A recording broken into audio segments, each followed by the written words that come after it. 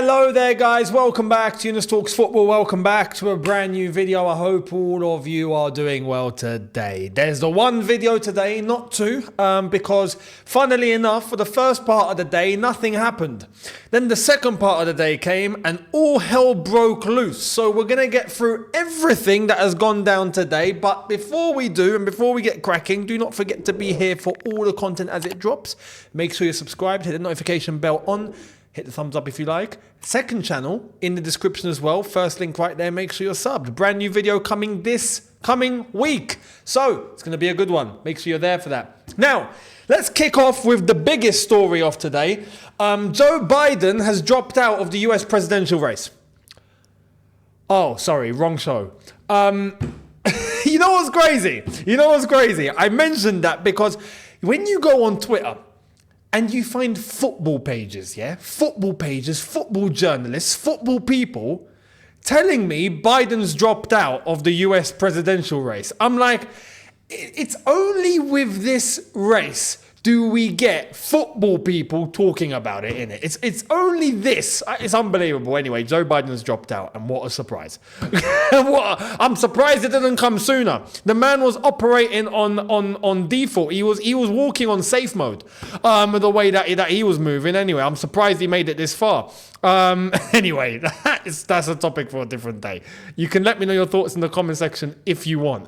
Let's get back to the football. What's the latest? Well, let's get cracking with the latest on a player that is still somehow linked with Chelsea Football Club. And I just need to set the record straight. People need to hear this, yeah? Let's get into it. Here's Fabrizio. I'm surprised he's banging on about this. Let's get into it. Chelsea's dream on the wing is Nico Williams, but they know Barcelona are ahead and have a match point. Also, to activate options like Nico or Osimhen, Chelsea still wants the overall package of the deal to be lower. Why is this even a thing? I'm going to say this clearly for everyone to understand. Yeah. Chelsea are not going to pay the salaries that these players need. End of story. End of story. And I've said this before and I will say it again. I will be damned and I will be shocked. And I will hold my hands up and go, fair play Chelsea Football Club. If they were to get any of those two players and pay them above 200k a week, I would be here and say fair play. Fair play. You got me. Nice one. I'm glad you've done it. I don't believe they're going to do it. It's not happening. It's not happening. So what I'm saying, some people are going to look at this and go, Younes, you're being negative. I'm being real with you guys. And you guys know it. Chelsea will not pay that salary. That's my point. That's fact. That's not being negative. That is factual. Chelsea will not pay 200k or more to Nico Williams or to Victor Osimhen. It's not happening, is it? Well, if it's not happening, it's not happening. I'm the messenger here. Don't shoot the messenger. I'm telling you how it is. So, like I said, if Chelsea were to break their own rule and actually get one of these players and pay them that sort of salary that they're going to need to get, because that's the salaries that they operate on at the moment, then fair play Chelsea. Finally, we're moving for big boys. We'll see. I don't believe they'll do it. It's not going to happen. So Fabrizio, honestly, respectfully, you can stop mentioning this. Just stop. Nico Williams is Barcelona bound on one condition. Here it is. Mate Moretto saying there will be some departures at Barcelona, and especially if Nico Williams arrives at the club, someone in the forward line will have to leave. And that is, I would think, pretty evident. Why? Because when it comes to Barcelona, we know they're in financial difficulty. It doesn't take a rocket scientist or someone with eyes to notice that, right? A blindfolded Stevie Wonder can see that, respectfully. Barcelona have money problems. But if they can do one in, one out, they'll be fine. So that's the direction they're more than likely going to go in. Who's going to leave? Well, we'll see.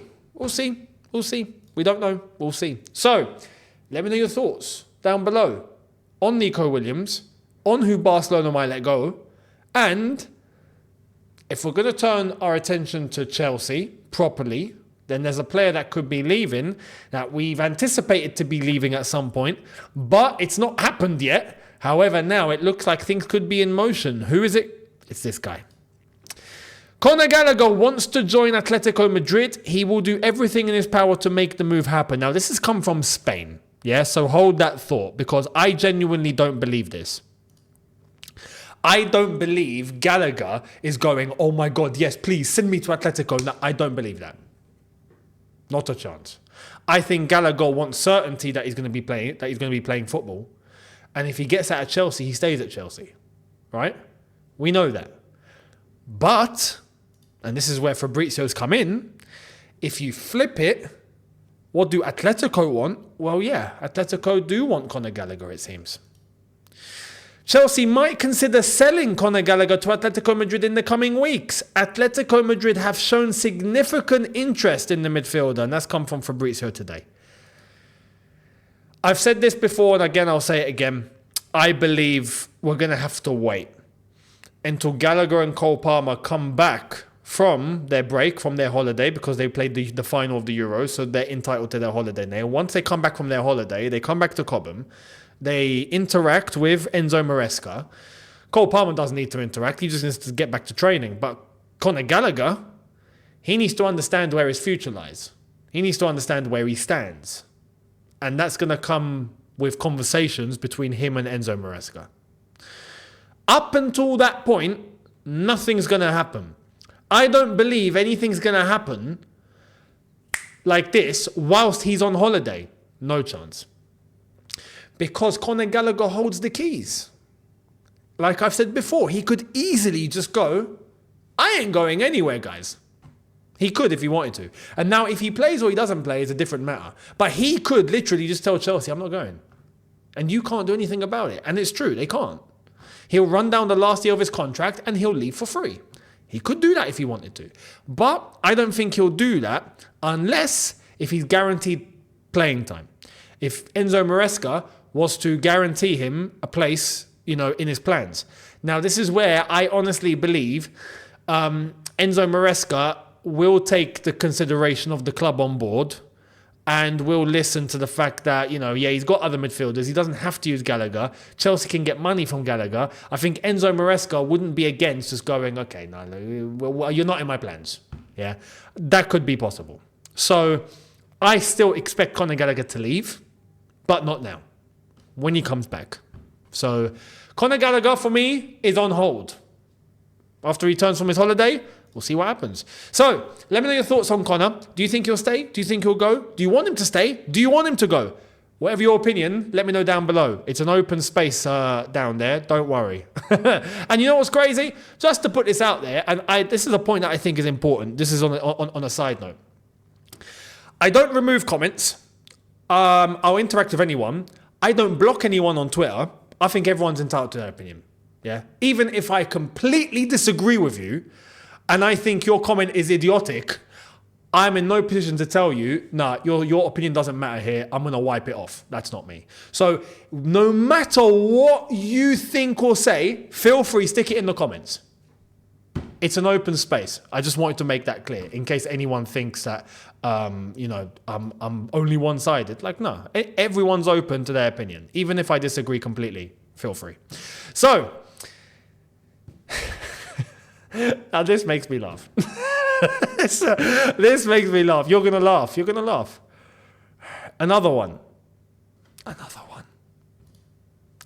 Chelsea have presented their project to Brazilian talent Gabriel Mek, and they're confident to make the deal happen.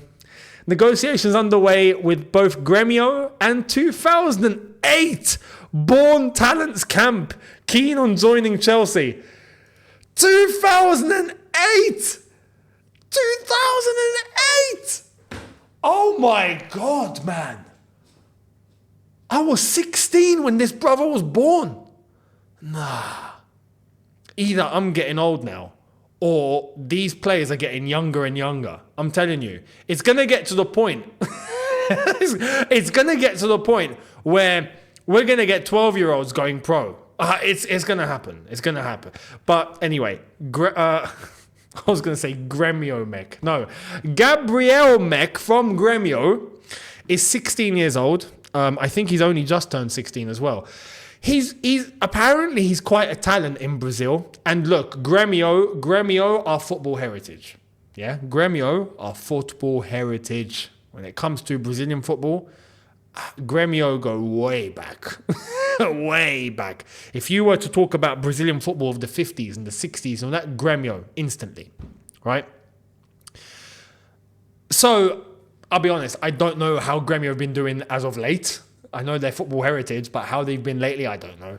But apparently this boy is rated pretty highly in Brazil. He's looked at as a good talent. But again, I'm not surprised. So many Brazilians are at that age. It's Brazil. It's Brazil.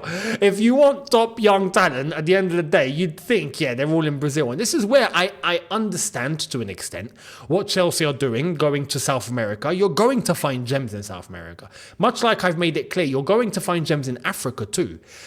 But you ain't gonna buy every single child that exists on the face of the planet. We ain't the NSPCC. Do you know what I mean? Like, you find a couple and that's it. That's all you need, mate. You don't need to go and buy 25 children. This is what Chelsea are doing, though. So, how is he going to fit into Chelsea's plans? I have no idea. I'm going to tell you that now. I don't know. When I don't know something, I will tell you guys I don't know. So, let me know your thoughts. Do you know anything on this player? If you do, let me know in the comments. I'd love to hear it, because I don't. I'll be real, I don't. I've heard he's rated highly. And I've seen a couple of clips, but I'm not going to be one of those guys. I'm not going to be one of those guys, yeah, that makes an assumption on a player because of a couple of clips. I'm sorry, I'm not going to do that. Like Man United fans, yesterday, because of the friendly that Man United played, Lenny Yoro started that game. I saw this morning, and I swear, it was the first thing I saw after I woke up, right? Got myself ready and whatnot. I was like, let me see what's going on. Boom. Clip. Instant. First thing I've seen this morning. What was it? A clip of Lenny Yoro doing a feint. A feint. Do you want to know what the feint was? The feint was this, yeah? No word of a lie. He's running with the ball. He's gone... and he's gone left. And that's it. That's the clip. The clip is he's fainted. And the attacker was about 10 yards away from him, right? He's not even close. But that clip went 236,000 views at the time of this morning. It's probably on 1 million now or something. But a feint. I'm sorry. Come on, what are we doing? What are we doing here? What is this? We're hyping up a player on a feint. I've seen Mandem on the estate do feints day in and day out. Like, it's standard. We've all done it. It's not easy. It's not hard. So I will not make a judgment on the clip. Basically. Anyway, let me know your thoughts on Gabriel Mech. Yeah, we'll take it from there and we'll see what happens. Now, news elsewhere before we wrap up. This is big. This is big. Kevin De Bruyne has agreed personal terms with Al Ittihad. Man City are willing to sell with his contract ending in 2025. That came from the Mail. KDB, Saudi. Now, I'm going to say this before we get to what Fabrizio said, because he's clarified the situation. But I just want to say, if KDB were to leave now, I think that's the perfect moment. For him, my opinion on this, I think he couldn't time it any better. Why? He would get the best possible deal now. Instead of waiting another year, another 2 years, he gets another year or 2 years older, and maybe Saudi think, hey, you know what, we're going to maybe give you a little less now, even though it's big money, but give you a little less. Right now, he is at the point where he has accomplished everything he's got to accomplish. He's clocked football. Well, not clocked football completely. He's not won a Ballon d'Or, but he's won everything there is to win. Multiple Premier Leagues. He's won the Champions League now. He's done it all at club level. He's not going to do it at national team level because it's Belgium and that's just the reality. So he's done everything he could possibly do. What more can he do? Now it's about saving your family for generations. Now it's about going and get the bag. He goes to Saudi now, he could be on Cristiano Benzema Kante money. Easily. 200 million a year, 100 million a year? No problem. No problem. So best time to go, for sure, is now. He's at that age. He's at the right time. I think it would be good for him. But Fabrizio's clarified the situation a bit here. Check this out. Saudi sources playing down reports about Kevin De Bruyne reaching an agreement with Al Ittihad told it's not true. Al Ittihad are focused on Moussa Diaby deal set to be sealed very soon. Next step for Saudi club will be new goalkeeper with Edison talks on, but not easy. So we'll wait and see on this one. But Edison as well. Can you imagine if Saudi pick up KDB and Edison? What are City gonna do? You have to ask the question as well. We know this is going to be a big season for Man City. Why? It's not just about retaining. It's not just about Pep. 115. We get to see them go on trial in November, don't we? We get to find out what's going to happen. I wouldn't be surprised if there's players, people, everyone's looking to jump ship. I wouldn't be shocked. But we'll see. Moussa Diaby, though, confirmed. Moussa Diaby, 25 to Saudi side. Al Ittihad from Aston Villa. Here we go. 60 million euro package, reports Fabrizio. I've got to be honest. See, I made this point a few days ago. Saudi are going to start upping the levels. They're going to start getting players that you just wouldn't deem be going to Saudi, but they're going to Saudi. This is one of them. 25 years old. He's going to Saudi. Mate, you're at the peak of your career. What are you doing? But the money's astronomical. It's life-changing money for him, his kids, his kids' kids, his kids' kids' kids, his kids' kids' kids' kids. Like, they're all sorted. You know, it's crazy. Saudi are not stopping here. People that thought that this was just like how China tried to do it before, right? Or how the US have tried it at moments. Nah. Saudi are going all in because for them, it's not about money. It's 2034 that they're thinking about. It's the World Cup. It's the image of the country. It's growing the nation. It's growing the region. They are on another level. If you see, look, I'm in Dubai and I've seen it for myself now, right? If you see the plans and what they've got ready for what they want to bring in a few years from now, your minds will explode. Your minds will explode. People can't comprehend what these lot are thinking. It's nuts. Saudi are no different. It's nuts what they've got planned. I'll give you just one example. They're already building what's going to be the world's tallest tower. Taller than the Burj Khalifa. Saudi will have Jeddah Tower, the world's first kilometer building. Kilometer building. 1,000 meters up in the air. That's how they're thinking. They want to be the biggest and the best. So they will bring in players 25, 26, 27, 24. They'll start bringing in those sort of players now, not a problem. So it's crazy. We'll see how that's going to shape up. One player that's looking like he's not going anywhere from Saudi, and thankfully, is like I've said, N'Golo Kante. Kante has now told Al Ittihad he's happy to stay. West Ham have seen a £15 million offer rejected. Ittihad don't want to sell. Meanwhile, West Ham interest in Fikayo Tomori is genuine. As ex-West Ham United employee called, Tomori almost joined West Ham on loan in summer 2020, and we get the confirmation here saying Fikayo Tomori is emerging as a centre-back target for West Ham. That's big. But Kante, can I just focus on Kante? Yeah, he's not going to go anywhere. He is happy. In Saudi, he's happy. It's his environment. He's at peace. He's playing his football. Everything suits him and his values completely, to a T. So I know he's not going anywhere. Tomori to West Ham, this could be a very good deal for West Ham. And very good for Tomori as well. Back playing Premier League football. He's not the same defender that left Chelsea. He's better. We've seen how he's been at AC Milan. He's been a rock, right? I'm surprised that Southgate didn't take him for the Euros. Albeit, Mark Gurhey done a very good job. And fair play to Mark. He's fantastic. But I'm shocked Tomori wasn't considered. He's done brilliant in Italy. Brilliant at AC Milan. West Ham would be good for him. But I think he should consider his options because I think he can do better than West Ham.